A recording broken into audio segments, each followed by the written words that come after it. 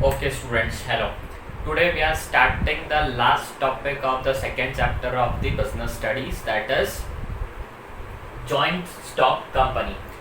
We are going with the second chapter of our chapter of our syllabus, that is forms of business organization. हम लोगों ने sole proprietorship पढ़ा है, हम लोगों ने पार्टनरशिप पढ़ा है, हम लोगों ने joint venture, joint Hindu family business and ये सारी चीज़ें हम लोगों ने पढ़ ली है. Now the last topic is joint stock company. Now what is joint stock company? एक कंपनी क्या होती है? Company is the association of person. ठीक है, किसी भी बिजनेस एक्टिविटी को कैरी करने के लिए जो एक एसोसिएशन ऑफ पर्सन बनता है, group of person that is created to carry a business activities is known as company. Clear? तो अब इस कंपनी के कैसे फॉर्मेशंस होते हैं, किस तरीके से डीलिंग्स होती है, इसके फीचर्स क्या होते हैं, मेरिट्स क्या होते हैं, लिमिटेशंस क्या होते हैं, that we are going to see today. ठीक है, सो बेसिकली कंपनी में जो पूरा कंट्रोल चलता है that is because of the share holders. ठीक है, जो भी पैसा कंट्रीब्यूट करते हैं they are the share holders और उन्हीं में प्रॉफिट डिस्ट्रीब्यूट होता है. तो जॉइंट स्टॉक कंपनी में मेजर कौन रहता है? Top level, middle level and low level में. तो major is the share holders, then आते हैं बोर्ड ऑफ डायरेक्टर्स, देन आते हैं वर्कर्स एंड एम्प्लॉइज. ठीक है, तो अब इस जॉइंट स्टॉक कंपनी के अलग अलग फीचर्स क्या होते हैं, किस तरीके से वर्क करता है, ये हम देखते हैं.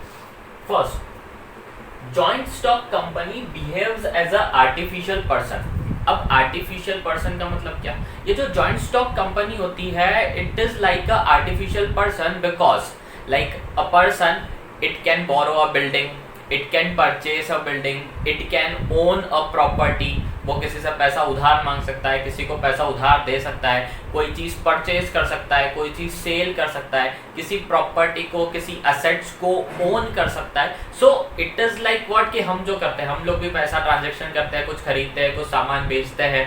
ठीक है, कोई प्रॉपर्टी को ओन करते हैं, but unlike it can not breathe, feel और समथिंग एल्स. ठीक है, इतना नहीं, बाकी एक आर्टिफिशियल पर्सन की तरह ही एक कंपनी वर्क करती है. ठीक है, तो first is joint stock company behaves like a artificial person. Now second, it is separate legal entity. Now what is separate legal entity? जिस दिन भी ये जॉइंट स्टॉक कंपनी का फॉर्मेशन होता है उसी दिन it gains it separate identity. Market में अब शेयर होल्डर्स या फिर बोर्ड ऑफ डायरेक्टर के नाम से नहीं पहचाना जाएगा, it will be identified by its own name. इसकी एक सेपरेट एंटिटी हो गई है. जो भी कंपनी का हमने रजिस्ट्रेशन करवाया है वो एक सेपरेट एंटिटी है and it can be identified as a separate legal entity. Clear? So this is second feature. Third, formation. अब जॉइंट स्टॉक कंपनी का जो फॉर्मेशन होता है it is very time consuming process and it is also complex. हमने देखा था कि partnership में भी हम लोग रजिस्ट्रेशन करवाते हैं, सोल प्रोप्राइटरशिप में भी करवाते हैं, बट जो फॉर्मेशन जॉइंट स्टॉक कंपनी का होता है ना, तो जॉइंट स्टॉक कंपनी का जो फॉर्मेशन होता है इट इज टाइम कंज्यूमिंग, क्योंकि जॉइंट स्टॉक कंपनी के रजिस्ट्रेशन में बहुत सारे डॉक्यूमेंट्स का वेरिफिकेशन एंड बहुत सारी प्रोसीजर्स इन्वॉल्व होती है that leads to the time consuming process. ठीक है, so it's process it's complex, क्योंकि इसमें ज्यादा टाइम लगता है, बहुत सारी प्रोसेसेस इन्वॉल्व होती है. Now fourth is perpetual succession. अब परपेचुअल सक्सेशन का मतलब क्या होता है, हम ये ध्यान से समझते हैं. दैट मीन्स कि ये जो कंपनी है it will go on existing. इसमें मेंबर्स ऐड हो रहे हैं, मेंबर्स जा रहे हैं, इससे कंपनी के एग्जिस्टेंस पर कोई फर्क नहीं पड़ेगा. मेंबर्स आर कमिंग और members are going, that does not effect the existence of the company. Company तब तक चलती जाएगी जब तक एक लीगल प्रोसीजर के थ्रू एक winding up of the business का फॉर्म फिल करके, उस डॉक्यूमेंट को रेडी करके रजिस्ट्रार कंपनीज एक्ट में जमा करके उसका पूरा प्रोसीजर फॉलो नहीं किया जाता जब तक कंपनी बंद नहीं होगी. एक कंपनी को वाइंडिंग अप करने के लिए एक प्रोसेस होती है कि हम कंपनी बंद करना चाहते हैं, तो तब तक वो लीगल प्रोसेस को पूरी फॉलो करके हम लोग उसको अक्यूमुलेट नहीं करते. Till that time the company's existence will continue as ever. ठीक है, तो यहाँ पर परपेचुअल सक्सेशन का मतलब ये होता है कि मेंबर्स के आने से या मेंबर्स के जाने से कंपनी के एग्जिस्टेंस पर कोई फर्क नहीं पड़ता. तो कंपनी का closure depends on the procedure that we have to follow, then only we can close the और wind up the company. Clear? Now next point is control. कि ये जो कंट्रोल रहता है कंपनी का ये किसके हाथ में रहता है। Now the control of the company is in the hands of the board of the directors, क्योंकि इस जॉइंट स्टॉक कंपनी में जो पूरा मेन ट्रांजैक्शन रिलेटेड या फिर जो लायबिलिटीज वाला पोर्शन होता है वो रहता है शेयर होल्डर्स का, लेकिन यहाँ पर board of directors are known as the managing body of the company. जो बोर्ड ऑफ डायरेक्टर्स रहते हैं that are the managing body of the company. तो जो कंट्रोल रहता है कंपनी का that is in the hand of board of directors. क्या करना है, कैसे करना है, how to do it, what to manage, ये सारी चीजें that is in the hands of the board of directors. Clear. Now 6 point is liability. Now what is liability की रिस्पॉन्सिबिलिटी किसके किसके ऊपर है, कौन कौन जिम्मेदारी उठाएगा। तो लायबिलिटी यहाँ पर पहली चीज तो ये कि यहाँ पर लायबिलिटी रहती है लिमिटेड। क्यों? क्योंकि यहाँ पे नंबर ऑफ शेयर होल्डर्स रहते हैं जिन्होंने शेयर्स खरीद के रखे हैं कंपनी के। अब जिसने जितना कंट्रीब्यूट करा है कैपिटल का, मतलब जिसने जितने शेयर्स परचेस करे हैं for the company, the liability will depend upon that कि जिसका जितना परसेंट शेयर, जिसका जितना percent contribution to the company, the liability will extend to that limit. Clear. So now next, common seal. अब common seal का मतलब क्या होता है। Now we have said that the joint stock company has a separate legal entity, एक अलग ही identification है। तो अब अलग ही आइडेंटिफिकेशन है, पूरा एक आइडेंटिफिकेशन है, तो यहाँ पर क्या होगा, if I have having 10 numbers of share holders, मेरे पास 10 शेयर होल्डर है, किसी ने एक ने साइन करके पैसा निकाल लिया या कोई डिसीजन का अप्रूवल दे दिया, तो then what will I do, this is the problem. तो यहाँ पर क्या होता है, कॉमन सील वर्क करती है कि 10 लोग जब एक साथ उस कॉमन सील पर एग्री करेंगे, या फिर हम इसको बोले डिजिटल सिग्नेचर, या फिर एक एग्रीमेंट है कि अगर ये कॉमन सील रहेगी तो अब वो डिसाइडेड है कि वो 10 के एग्रीमेंट के बाद ही वो कॉमन सील आगे बढ़ती है। तो जब वो कॉमन सील उस पर्टिकुलर डॉक्यूमेंट पर लगाई जाएगी, देन ओनली एनी डिसीजन और any process can be carried, otherwise it will be disrupted. तो यहाँ पर इसके फीचर्स में जॉइंट स्टॉक कंपनी में एक कॉमन सील रहती है दैट शुड बी फॉलोड।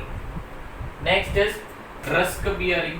तो यहाँ पर रिस्क बियरिंग का काम होता है शेयर होल्डर्स का, बिकॉज यहाँ पर शेयर होल्डर्स क्या है, they are the person responsible who are contributing to the capital.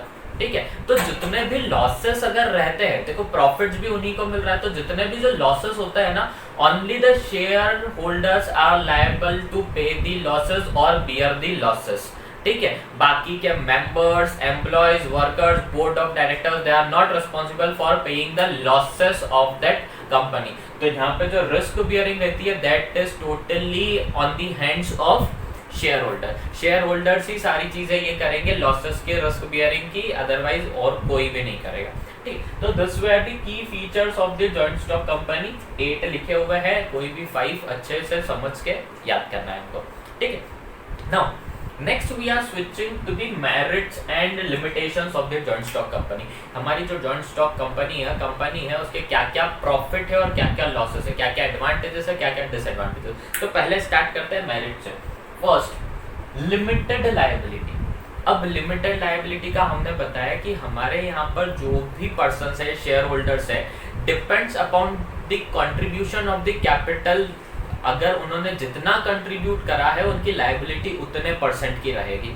ठीक है, if they are contributing less they will be less liable, if they are contributing more they will be more liable. मतलब अगर number of shares उनके पास ज्यादा amount के और ज्यादा number के हैं तो दे आर मोर लायबल, अगर कम अमाउंट के हैं, कम नंबर्स के हैं तो दे आर लेस लायबल। ठीक है, तो जॉइंट स्टॉक कंपनी के मेरिट्स ये रहते हैं कि each share holders have limited liability, किसी के भी ऊपर अनलिमिटेड बर्डन नहीं है। पर्टिकुलर डिसीजंस के लिए पर्टिकुलर अथॉरिटीज असाइंड है कि ये वाला डिपार्टमेंट का काम पर्टिकुलर इन लोगों का, एक दूसरे डिपार्टमेंट का काम पर्टिकुलर अलग ग्रुप ऑफ पर्संस का, तो लिमिटेड लायबिलिटी है, सबका थोड़ा थोड़ा डिस्ट्रीब्यूट करके रखा है। ठीक है, second is transfer of interest. What is transfer of interest? यहाँ पर जॉइंट स्टॉक कंपनी में क्या होता है कि for example I am having 2 shares, तो अब मैं जब चाहूँ अपने शेयर्स किसी और पब्लिक को, किसी और इंडिविजुअल पर्सन को बेच सकता हूँ। वो मेरे शेयर्स खरीद लेगा, अब वो शेयर्स उसके नाम पर ट्रांसफर हो जाएंगे and he will become the member of the company. ठीक है, तो यहाँ पर ट्रांसफर ऑफ शेयर्स की परमिशन होती है। पार्टनरशिप में ऐसा नहीं होता था, तो पार्टनरशिप बिल बनाई जाती थी, पार्टनरशिप डीड बनाई जाती थी, उसमें जो पार्टनर से वही रहते थे, पार्टनरशिप चेंज नहीं होती थी कि और पार्टनर आ गया या फिर दूसरा पार्टनर आ गया, नहीं। ठीक है, यहाँ पर ऐसा होता है ट्रांसफर ऑफ इंटरेस्ट, हम लोग हमारे शेयर्स को सेल एंड परचेज कर सकते हैं विद द जनरल पब्लिक, उसी से फिर मेंबर अंदर आएंगे, मेंबर बाहर चले जाएंगे। ठीक है, फिर next is perpetual existence. Perpetual existence का मतलब मैंने आपको फीचर्स में भी बताया, दैट इज कि कंपनी का एग्जिस्टेंस तब तक रहेगा जब तक हम पूरी प्रोसेस के साथ में, एक लीगल प्रोसीजर के साथ में उसको वाइंडिंग अप या क्लोजर की तरफ एंड नहीं करते। जब तक हम मेंबर्स को ऐड कर रहे हैं, मेंबर्स जा रहे हैं, उससे कोई फर्क नहीं पड़ता। अगर एक मेंबर भी है और 0 मेंबर्स भी है तब भी कंपनी का एग्जिस्टेंस रहेगा टिल द टाइम हम लोग उसका पूरा प्रॉपर प्रोसीजर के थ्रू वाइंडिंग अप नहीं करते। ठीक है, तो this is perpetual existence. Fourth, scope for expansion. अब स्कोप फॉर एग्जांपल, मेंबर्स आ रहे हैं, मेंबर्स जा रहे हैं, ट्रांसफर ऑफ इंटरेस्ट है, हम लोग शेयर सेल कर सकते हैं, हम लोग शेयर्स परचेज कर सकते हैं और पब्लिक को इनवाइट कर सकते हैं हमारी कंपनी में। तो what is this? there is an expansion, there is a scope of expansion in the joint stock company। हम लोग हमारे बिजनेस को जितना चाहे फैलाना चाहे फैला सकते हैं। Clear? Now the next one is professional management. अब व्हाट इज प्रोफेशनल मैनेजमेंट? कि जॉइंट स्टॉक कंपनी की चीजों को मैनेज करने के लिए the company is paying a very huge amount of salaries to the professionals and skilled educationists। जो बहुत अच्छे पढ़े लिखे लोग हैं, जो अच्छे मैनेजर्स हैं, जिन्होंने अच्छा बिजनेस मैनेजमेंट करके रखा है, तो उनके लिए जो स्किल्ड पर्सन्स है, they are providing a high salaries to them and high professional, वो एक्वायर कर रहे हैं हाई प्रोफेशनल्स कि उनका जो मैनेजिंग है वो बहुत अच्छे से हो सके उस कंपनी की। ठीक है, तो प्रोफेशनल मैनेजमेंट के लिए ये चीज़ अच्छी है कि एक कंपनी में ये they are appointing the workers and employees of such skills and professions. ठीक है, नाउ अब अगर मेरिट्स है तो कुछ डीमेरिट्स, कुछ लिमिटेशंस भी होते हैं किसके? जॉइंट स्टॉक कंपनी के। तो let's see one by one कि what are the limitations of the joint stock company. First, complexity in formation. अब कॉम्प्लेक्सिटी इन फॉर्मेशन का मतलब ये होता है जी, जॉइंट स्टॉक कंपनी का जो भी फॉर्मेशन होता है that is a very time consuming and complex process. Number of documents have to be verified, number of agreements to be signed, number of times we have to round around the registrar office for some verification। ठीक है, number of times we can say कि अगर formation है तो number of times बहुत सारी चीज़ें ऐसी होती है जो हमको बार बार अचीव करनी पड़ती है, बार बार हमको डॉक्यूमेंट्स वेरीफाई करने हैं, number of procedures are have to be followed. So complexity in formation की जब भी हम जॉइंट स्टॉक कंपनी का फॉर्मेशन करते हैं, it is a time consuming and complex process as compared to the sole proprietorship or the partnership। ठीक है, second is lack of secrecy. अब लैक ऑफ सिक्रेसी का मतलब ये होता है कि joint stock company is general for all, मतलब जो भी डिसीजंस होता है, जो भी आउटपुट्स आते हैं that will be general to the individual public. वो ओपन मार्केट में बिल्कुल समझेगा कि ये हुआ, आज शेयर्स इतने डाउन हुए, आज शेयर्स इतने अप हुए, इतने मेंबर्स इंक्लूड हुए, इतने मेंबर्स बाहर गए, what are the conditions, transaction या फिर financial conditions of the company, how much are the shares with the company, what are the rates going of the shares. तो सीक्रेसी नाम की कोई चीज ही नहीं है, सब ओपन मार्केट है। ठीक है, तो this is there is a lack of secrecy in the joint stock company. Third is impersonal work environment. अब इम्पर्सनल वर्क एनवायरनमेंट का मतलब हमने बोला कि हमारा बिजनेस बहुत एक्सपांड हम लोग कर सकते हैं। नाउ टॉप लेवल पर there are the share holders, then there are board of directors, then there are managers, there workers and employees. इतना बड़ा बिजनेस है, अलग अलग जगह पर फैला हुआ, इतने नंबर ऑफ शेयर्स है, नंबर ऑफ पब्लिक और इंक्लूड होते जा रही है। Then what do we think, क्या टॉप लेवल वाला बंदा कभी भी वर्कर्स के साथ में डायरेक्टली कांटेक्ट कर पाएगा? There is a very rare situation, बहुत कम चांसेस होते हैं कि टॉप लेवल पे से डायरेक्ट कोई कांटेक्ट मिडिल लेवल के साथ या फिर वर्कर्स या एम्प्लॉयज के साथ बन पा रहा हो। ठीक है, तो जो personal environment, personal interaction environment है वो कभी जॉइंट स्टॉक कंपनी में नहीं बन पाता है या फिर बहुत रेयर केस में बन पाता है। ठीक है, कोई इवेंट हुआ कोई ऑर्गेनाइजेशन का तो ही हम लोग हमारे सीनियर से मिल पा रहे हैं। ठीक है, अदरवाइज सिर्फ कम्युनिकेशन थोड़ा बहुत होता है, सिर्फ ऑर्डर्स मिलते हैं कि हमको क्या काम करना है, पर्सनल नेटवर्क नहीं हो पाता, तो इसलिए इसको बोला जाता है इम्पर्सनल वर्क एनवायरनमेंट, कि टॉप लेवल कभी मिडिल लेवल के साथ में बात नहीं कर पा रहा है, मिडिल लेवल लो लेवल के साथ में बात नहीं कर रहा है, सिर्फ ऑर्डर्स आ रहे हैं, we have to follow that, ठीक है। Next in decision making. अब डिसीजन मेकिंग का मतलब क्या, इतना बड़ा एक्सपेंशन है, उसके बाद में इम्पर्सनल वर्क एनवायरनमेंट की कमी है, पर्सनल वर्क एनवायरनमेंट की कमी है, तो इसके कारण क्या होता है, there is a delay in decision making. काफ़ी सारे डिसीजंस ऐसे होते हैं जो अगर हमको परमिशंस लेनी है तो low level will go to middle level, that will take some time, middle level will go to top level, that will also require time, top level will take some time for their decision, they will discuss and then revert it to middle level, फिर time लगा, middle level से फिर low level पर आया, फिर हमने काम start करा, तो for some time it become that it has been seen that there is a delay in the decision making, so these are the some limitations of the joint stock company, ठीक है। इसी के साथ ये chapter and होता है, ठीक है। सेकेंड चैप्टर बहुत बड़ा चैप्टर था, दिस इज completed। अब नेक्स्ट चैप्टर से हम लोगों को we are going to start companies in detail, अलग अलग तरह की कंपनी होती है जो हमको डिटेल्स में पढ़ना है, वो अगली क्लास से स्टार्ट करेंगे, ठीक है। तो टिल देन ये जॉइंट स्टॉक कंपनी भी हमारा कंप्लीट होता है, लास्ट टॉपिक कंप्लीट हो गया, पढ़ना स्टार्ट करो and we will switch to next chapter, ठीक है। इसका स्क्रीनशॉट ले लेना, अभी मैं हटूंगा तो स्क्रीनशॉट ले लेना, कॉपी में नोट करना, इस चैप्टर के notes I will provide it you to the group, okay. Till then take care.